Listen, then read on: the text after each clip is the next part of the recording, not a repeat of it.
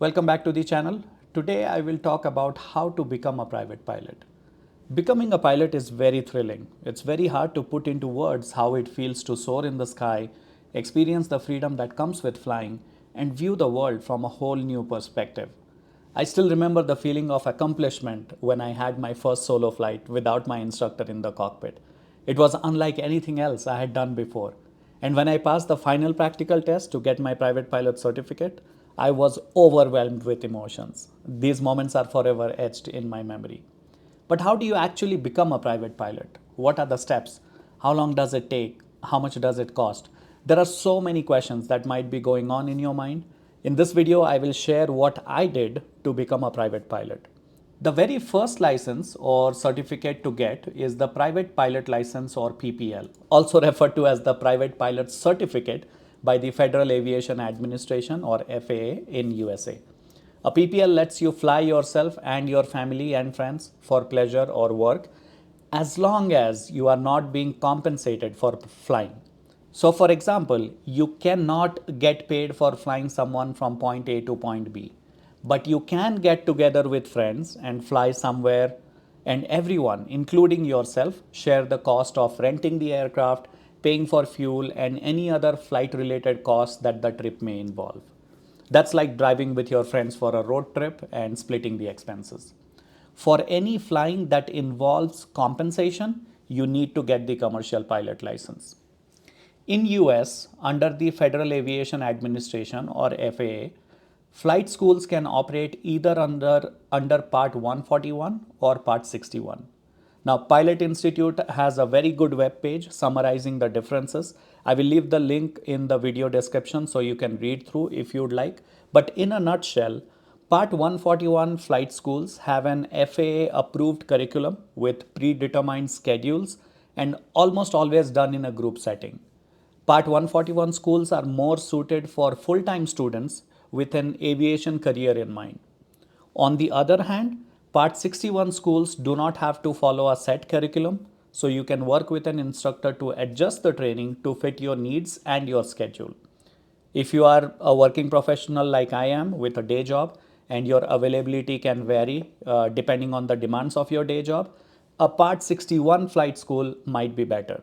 Now, this video focuses on Part 61 path because that's what I took to get my private license and that's what I have some knowledge of.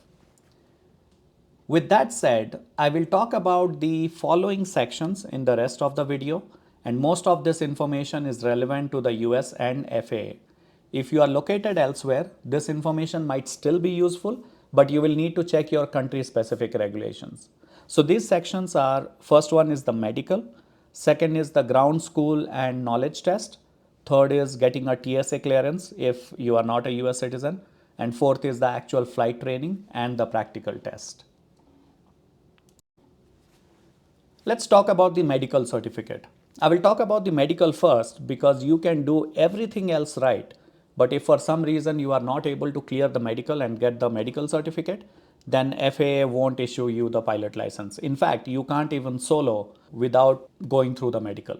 So before you spend a lot of money on the other aspects of flying, get your medical certificate first. Now, to get an FAA medical certificate, you need to fill in an online form called MedExpress and then get an appointment with an aviation medical examiner or AME. FAA provides a convenient web interface to search for AMEs in your area. Now, this appears to be a straightforward process, but if you fill in the MedExpress form incorrectly, it can easily become a very lengthy, time-consuming and frustrating process to get it fixed, depending on your specific situation. So I recommend that you learn and understand the FAA medical process in as much detail as you can before creating your MedExpress account. It might save you a lot of time and money later on, which you can spend on the actual flight training, which is the real fun part, why we become pilots. You need a minimum class 3 or third class medical certificate to be a private pilot. The third class medical is valid for 60 calendar months if you get it before your 40th birthday. Otherwise, it's valid for 24 calendar months. Now, if your end goal is to get a commercial pilot license and become an airline pilot, you might want to consider getting a first class medical because that way you can find out sooner rather than later whether you will qualify medically to become an airline pilot. I will leave the link of this website in the video description so you can go through the details. Now, there is another option here. If your sole purpose behind getting a pilot license is to do some fun flights in your local area and you don't intend to make a career out of it, look into the Sport Pilot Certificate. The Sport Pilot Certificate comes with more restrictions than the Private Pilot Certificate, but you don't need an FAA medical to be a sport pilot. There is a catch here, however. This is assuming that you did not already apply for a medical and got denied. If you got a denial, you have to get it corrected. There's no way around it. But if you never applied, then you can be a sport pilot without requiring a valid medical. You can just use your driver's license. Once again, and I cannot stress this enough, get your medical out of the way as early as you can before you spend a lot of time and money on the other aspects of flying. Next up, let's talk about the ground school and knowledge test. The material to be covered in the ground school portion is present in the books available for download as PDFs from the FAA website free of cost. You can get them by navigating to Pilots and Airmen, Become a Pilot, Handbooks and Manuals. Scroll down all the way at the bottom and under Top Tasks, you will see links to Airplane Flying Handbook and Pilot's Handbook of Aeronautical Knowledge. These two books contain all the aeronautical knowledge you need. Of course, there is the FAR-AM for regulations and we'll talk about that a bit later. You can download the books and read at your own pace, but to be eligible to take the FAA online knowledge test, you need an endorsement or test authorization. This endorsement is a confirmation that you have reviewed the ground school material and you are prepared for the knowledge test. Without this endorsement, testing centers will not allow you to take the test. You can get the endorsement in many ways, and some of these options are: first, you can pay your flight school for the coursework, and at the end of the coursework, they'll give you an endorsement. You can also pay an independent certified flight instructor or CFI, or you can sign up for an online ground school, which is probably the recommended option, and it is the most cost-effective option as well. Now, flight school tuition for ground school portion varies widely depending on the school. It can be as low as $500 or it can be as high as $3,000 if you are just doing it just yourself, fully customized and so on. Although paying so much for ground school is probably not worth it because you will need to do a lot of self-study anyway. You could also pay an independent flight instructor, right? Although this will also turn out to be an equally expensive option since instructors typically charge between $50 to $100 per hour. And if you do the math, that will work out to thousands of dollars if you go through the whole course. Or you can, do your self-study from the books and have an independent CFI just review it. And if they find that you are well prepared, they can endorse you. But there's a lot of work involved here. The most cost-effective option and probably an easier option is an online ground school.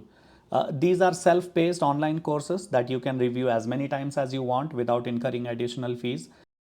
And most online ground schools have a lifetime access option, so you can come back and review the material at any time, even after you have obtained your private certificate. And all three options mentioned above will provide you with an endorsement when you are ready, which usually translates to scoring greater than 90% on the mock tests. On the actual knowledge test, however, you need a minimum of 70% to pass. Now, I was not aware of the online ground school option when I started, so I paid my flight school for the coursework. But closer to wrapping up, I actually signed up for Sporty's online ground school for additional practice and a quick review of the entire material. It was very helpful, although there are many other options. You don't have to go with Sporty's. In addition, I bought a copy of ASA's Private Pilot Test Prep Plus. This book came with an online code that I could redeem on ASA website to take some more mock tests. You can also buy only the mock tests on their website if you don't care about the test prep book. I will leave the link in the description and you can go sign up. I took about 6 or 7 mock tests, and when I was consistently scoring above 90%, I felt prepared for the real thing. And I ended up scoring 96 on the knowledge test. Now let's talk about when is a good time to start and finish ground school. You don't need a medical or TSA clearance, which we'll talk about later. So you can finish the ground school at any time. Although it is recommended to clear the knowledge test early in your flight training, about maybe halfway through, so that you have fewer things to worry about as you prepare for the practical test. In fact, you can even wrap up the knowledge test before setting foot in a real aircraft. The knowledge test results are valid for 24 calendar months after the month when you took the test. So as long as you complete your practical test within that time frame, you should be fine. And that's plenty of time to get your practical done if you don't end up taking a long break like I did. Next section, let's talk about TSA clearance. Now, this is only applicable if you are not a US citizen. Visa and green card holders need to be cleared by TSA before they can begin flight training. You do not require TSA clearance if you are just looking for a discovery flight with a flight school to see whether you would like to continue with them. But anything beyond that, and you need to be cleared by TSA. AOPA has a great guide on getting TSA clearance. I will link to it in the video description. Allow about 6 weeks for this clearance process.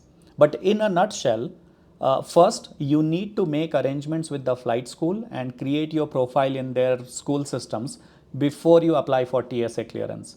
During the background check process, TSA will check with your flight school that you will actually be training with them. And the second one, if you are approved, and most likely you will be unless there is some background history there, you will have 180 days from the date of approval to begin training and 365 days from the date of approval to finish your training. So you have to stay within that time frame, otherwise you will need to apply for approval again. Next up, let's talk about the flight training, oral and practical tests.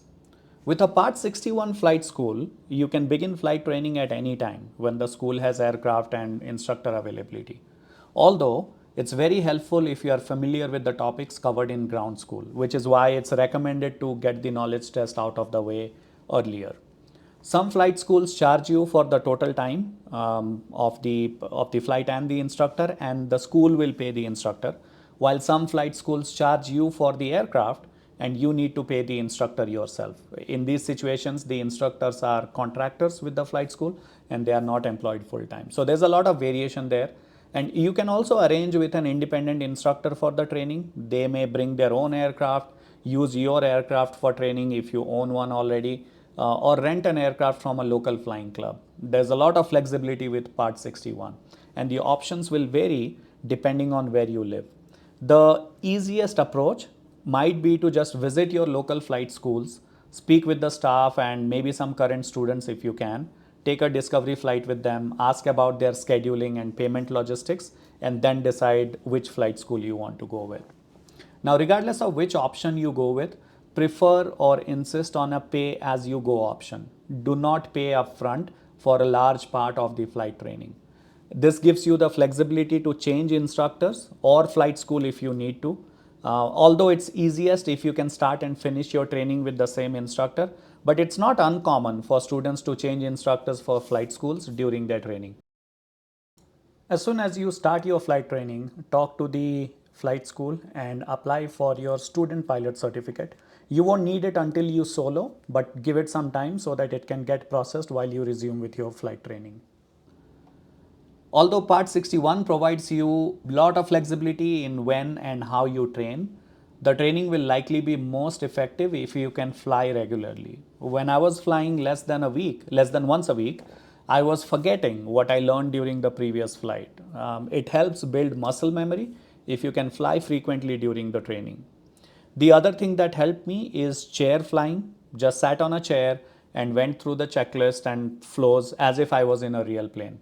It sounds very boring, but chair flying reinforces your muscle memory a lot and keeps things fresh. Sporties does advertise a free Cessna 172 poster. If you are in the US, you can pay only for shipping and the poster is free. You can stick that up on your wall and use that for your chair flying practice. For Part 61, you need to log at least 40 hours of flight time. This includes 20 hours with an instructor or CFI, 10 hours solo, And for the solo section, you will need your student pilot certificate and your medical before you can solo. So get those done beforehand. You also need 3 hours cross country, longer flights from your usual training area, right? And you need 3 hours at night and 3 hours of instrument time. Now 40 hours is the minimum requirement, although students may need more flight hours before they feel confident.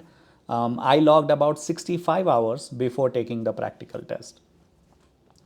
During this time, you should also take the time to become familiar with 3 publications in particular. The first one is FAR-AIM, or Federal Aviation Regulations and Aeronautical Information Manual. You don't need to remember everything that is in this book, but you do need to know which section you can find a particular piece of information in. And you can take this book with you during your oral exam at the end of the training. And you can, if you don't remember something, you can always look it up in the book and demonstrate to the examiner that you know where to find this information. You can buy this book off of Amazon and tab it as you work through the content. There are also phone apps that make the FAR-AIM easily searchable. The second publication that you should take the time to really understand is your airplane's POH, or Pilot Operating Handbook. The POH must be in the aircraft that you will be flying at the flight school. Read through everything and know which section will have the information you need to reference, specifically the weight and balance calculation informations and such.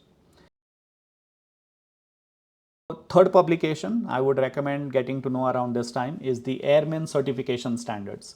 This contains the criteria that the examiner will use to grade your practical test.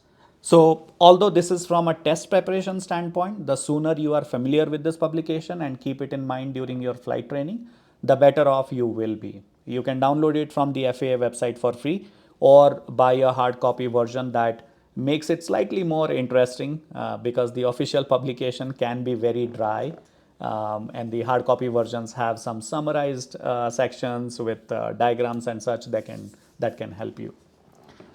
Now you have gone through the flight training and you are itching to just get that oral and practical test done and get your certificate. Let's talk about the preparation. When your instructor determines that you are ready for the practical test, they will endorse your logbook as such. With that endorsement, you will need to schedule an oral exam and a practical exam with a designated pilot examiner, or DPE. DPs can be hard to find, they can be difficult to schedule. So, talk to your instructor, talk to your flight school and see what the general feel in your area is, and try to schedule it a bit ahead of time, because otherwise there might be months of wait before you can schedule a DPE. So just something to keep in mind. Now, usually the oral exam and practical test are on the same day, but if weather does not cooperate on the day of your exam, your DPE may decide to complete the oral exam on that day and defer the practical portion for later when the weather is better. That's actually what happened with me. We completed the oral exam in the morning but couldn't take off due to weather, and my practical test was on the next day in the evening. About a week before my oral and practical exams, I went through almost all the mock oral exam videos I could find on YouTube. That was really helpful in informing me about what to expect during my oral exam. And I also requested my instructor for some mock practical test flights for me. That also helped me log some additional hours, which was good. And all of this preparation helped, and I got my private pilot certificate in November of 2023. And as I mentioned at the beginning of the video, that moment is forever etched in my memory. This video is getting quite long, so I will stop it here. In the next video, I will show an approximate timeline of how long it might take and an approximate cost of how much you can expect to spend to get your private pilot certificate. If you are not subscribed, do remember to subscribe so you can get notified when I upload the new video. And if you like this video, please do share it with your friends who can also benefit from the information. Give it a like and let me know what you think in the comments. Thank you for watching. See you in the next video.